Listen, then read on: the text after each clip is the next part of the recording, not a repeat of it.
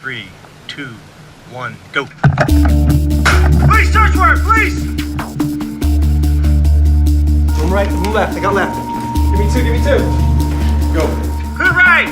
Left, Clear up here. Clear left. clear, small! One coming out! Blue. As you can see, it's pretty intense. You would not want to be on the opposite side of that door when these guys were coming through.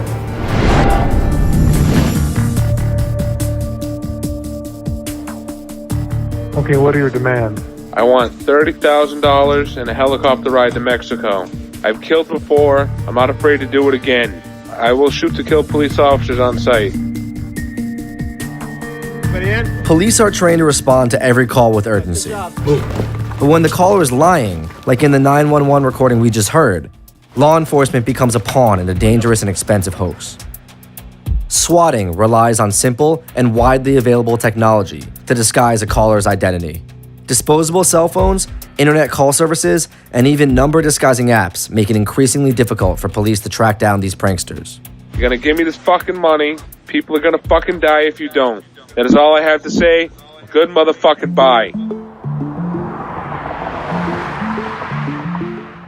Somerset is one of the wealthiest counties in the U.S. It has great schools, a low crime rate, and like a growing number of police forces throughout the country, a souped-up Special Weapons and Tactics Force, or SWAT team, just in case. Beginning with the war on drugs, and after national tragedies like Columbine and 9/11, the U.S. has seen a surge in militarization and funding of SWAT teams in counties large and small. Over the last decade, the Department of Homeland Security alone has given away $35 billion in grants to state and local police. We went to spend the day with the Somerset County SWAT team at their Emergency Services Training Academy to see where that money was going. For the headshot, you're looking for eyes and nose. That's your target area. We apply for every grant. If there's a grant and we can get money for it, we'll apply for it. So we've applied Homeland Security money. We'll show you the Lenco Bear, our armored assault rescue vehicle. Infrared cameras and pole cameras and shields and stuff like that. We get a lot of that with grant money. Bear we use on every call out. Really? The Bear, yes. I think it stands for Ballistic Engineered Assault Rescue Vehicle. Lenco company up in Pittsfield, Massachusetts designs it. Here it is right there. Damn. It's roughly a $400,000 machine. We never would have been able to make that purchase if we didn't apply for Homeland Security money. Don't quote me, I think in the area of the high 50s, this one cost, and again, it was purchased through grant money. What do we use this for? Is this sort of to, for a bomb situation, for a hazard situation? Could be for, right, if we feel there's a threat of a bomb, could be for exposure to chemicals or some sort of gas that could hurt us. It could be just because somebody may want to shoot at us and we absolutely know they want to shoot at us, so we could send this in and it could deal with the situation and we don't expose our officers to undue risk. 20 years ago, we were running around with Radio Shack walkie-talkies because that's all we could afford. There was no money for this type of operation around here. So you just got last year. Have you had to use it for any intense situations yet or no? Not really. Yeah, right? Nothing big. Nothing major. Aside from Homeland Security grants that encourage local police departments to buy military-grade hardware for their own SWAT units, the U.S. government has for years given away this technology for free to combat the war on drugs and domestic terrorism. I'm amazed at the kids here, man. They are no joke. They're serious stuff. A U.S. Department of Defense program, often called the Pentagon Pipeline, has redistributed billions of dollars worth of surplus military gear over the last 2 decades to local police forces. Much of it repurposed from wars overseas.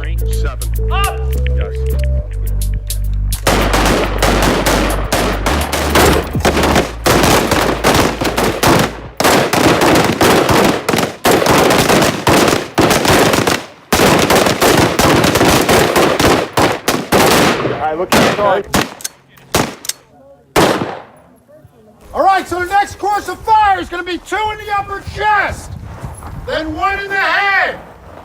2 in the upper chest, 1 in the head. We've just seen a lot of heavily armed members of the SWAT team. You can see they are kitted out, and they look like they're ready for war. So it's pretty reassuring if you're going to be involved in a violent confrontation, I'm sure, in the surrounding area. But it doesn't sound like there are too many violent confrontations in Somerset County. SWAT teams were originally formed to handle violent civil unrest, shootouts, and hostage rescues.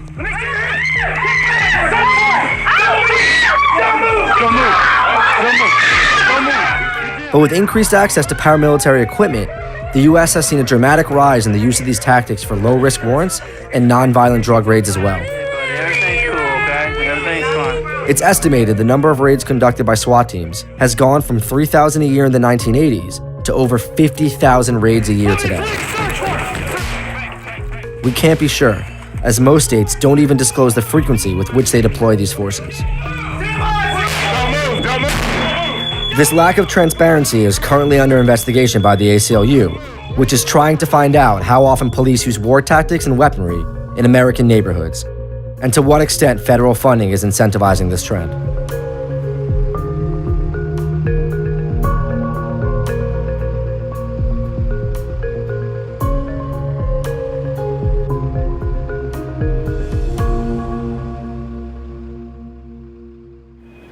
All SWATter needs is a way to hide their phone number, a victim's address, and a crazy story to tell the police. We're at NYU School of Computer Science and Engineering to find out just how easy that is. Justin Kapos is a professor of computer science and engineering at NYU and an expert in cybersecurity. So we've got 12-year-olds that are basically pulling off the swatting maneuver. How easy is it to do this? In terms of technical knowledge, there isn't a substantial amount of information someone needs to have. They just sort of need to stumble to the right parts of the internet, to the dark sides of the internet, get the right sorts of tools, and then they can do this rather easily. Is there a type in the hacking community that people sort of point out as the cliched person that does this sort of swatting thing? Yes, a lot of times it's people who are rather young, who are maybe don't have the same sort of mental and emotional development that many of us get later on in life, and so they kind of don't know the lines between right and wrong quite as well. So it's often what we in the hacker community term script kiddies that do this kind of stuff. So they know only a few things, they know a few sites they've been to, and they've kind of learned, hey, this is a fun little thing I can try to do, and they're kind of unaware of the consequences of sending 30 or so heavily armed police officers to someone's house to break down the door. In Los Angeles, it's known as swatting, and it's become an alarming trend. Swatting pranks have been used on some of the biggest names in Hollywood. Swatting began to attract national media attention when celebrities became victims. There is breaking news happening at the Kardashian house. And it's happening more and more. Last week, Rihanna and Sean Combs were targeted. Before them, Tom Cruise, Charlie Sheen, and Miley Cyrus. All fake incidents, prompting massive responses. Aside from sending out a bunch of well-armed officers into innocent people's homes, swatting can cost tens of thousands of dollars. A fact not lost on California State Senator Ted Lieu, a victim of swatting himself. I was at a meeting in Orange County, and I got a call on my cell phone from a police officer in Torrance who said, is this Ted Lieu? And I said, yes. And he said, where are you? And I said, I'm in Orange County. And he goes, okay, so you didn't just kill your wife in your home. And I said, no, I did not. And he said, well, we got a call that you did, and we're sending multiple police cars to your home right now. I hung up and tried calling my wife, letting her know that this was happening, and then I couldn't reach her. But by that time, police force already showed up, and there were people with rifles going through her home. You had fire trucks, you had paramedics. It was a very large response.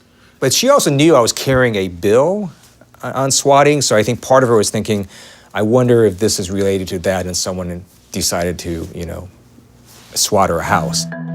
Celebrity swatting occurred with such frequency in California that the LAPD stopped publicly reporting these incidents for fear of copycats.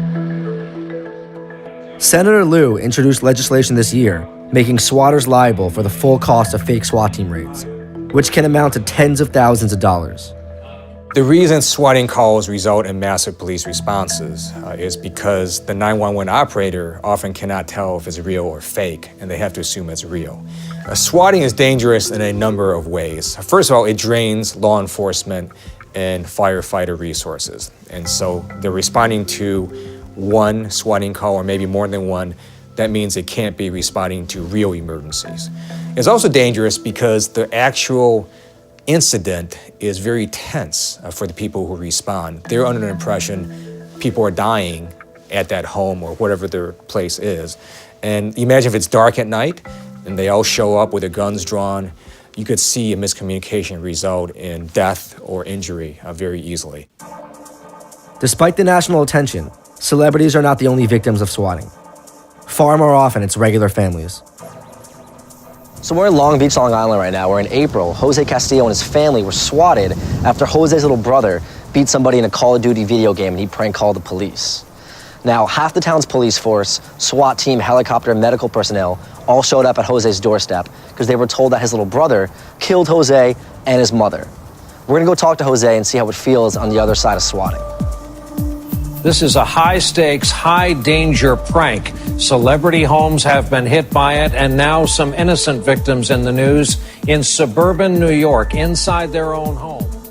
My little brother was playing his Xbox 360 or whichever it was he was using. He told me there was someone on the other side of the microphone, you know, in a party chat, telling that he was gonna call the police, that he was gonna SWAT him, and... He used the term swatting? Yeah, he used the term swatting. He was like, I'm gonna SWAT you. And my little brother was like, Jose, someone is telling me he's gonna SWAT me. And I told him, get off the game. Jose went out and returned a couple of hours later to find his street closed off and his house surrounded by police and emergency responders. So what were you seeing? You were seeing just like police all in this area?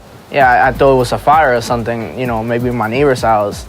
And then I see my mom getting carried away by like 2 police officers. I just approached the first officer that led me through the perimeter, and I asked him, like, what's going on? He told me someone inside of the red house shot and killed his mother and brother. I'm like, what are you talking about? You know, I'm like, what are you talking about? How can anybody be dead in the house? There's only 3 people that live there, and it's me, my mom, and my little brother, and I'm right here, and she's over there. So I'm sitting there like, can I like speak to like your supervisor or someone? Can I speak to someone that could like listen to me right now? And you know. So at this point, you're talking to the officers. You're trying to figure out what's happening.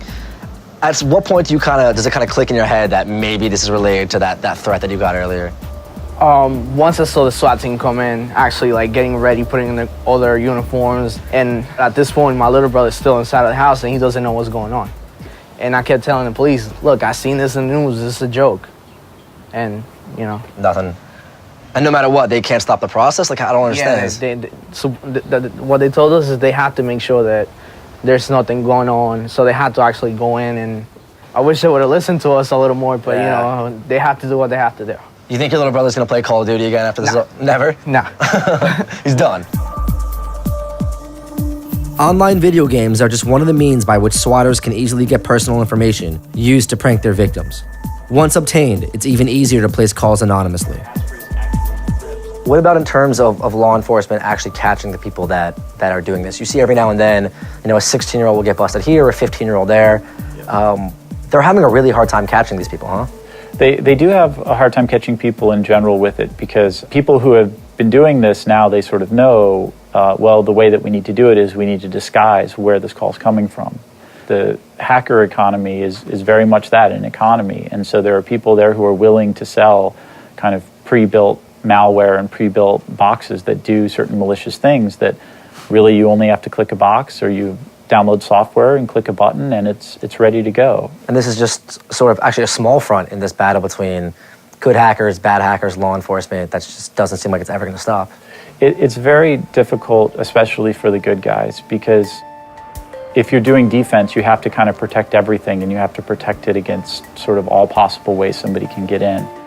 If you're an attacker, then you just have to find one thing that they've kind of forgotten about, or maybe multiple things, and find a way to chain them together into what you want to do.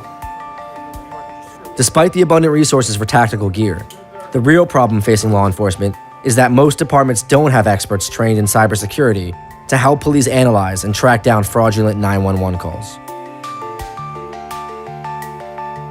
There's a potential now for an increase in false reports, and I'm sure, you know, every time you guys get these calls, you're wired up, you're good to go. Do you think if there's a lot of these, is it going to change how you guys respond to certain calls? I think our response protocol is going to have to be tightened up, tweaked a little bit. I'm hoping maybe legislation on either the state or national level and focusing on this from an investigative and prosecutorial standpoint will help to abate it and cause it to stop. But if it doesn't, yeah, we're certainly going to have to look at the way we respond, the way we dispatch our team, maybe a little closer analysis of the initial call when it comes in to make sure it's a real call. They're going to have to really analyze that call and maybe put devices in place to say, is this a real job or is this a case of swatting, which I hope stops. You know, you guys are like a machine. Like, we've seen the way you guys move, the way you fire. Everyone here is trained top notch. Some people might look at this and look at Somerset County and say, is all this necessary? I mean, you guys have, you know, these robots and these tanks and whatever, and like top notch kits. And they might look at it and say, you know, do we really need this in suburban New Jersey? How would you address those people? I would ask somebody that maybe suffered a loss because of not having this service, and I would focus on them and ask them to answer that question. I would say, well, you know, a SWAT team wasn't available when you really needed it, or a police officer wasn't available when you really needed it, or an ambulance didn't get there when you really needed it. And what happened, and how does that make you feel? And if your child was in a school that was suddenly under attack by some random actors, do you want them coming to help your kid, or do you want no one to show up? That's what I would say to them.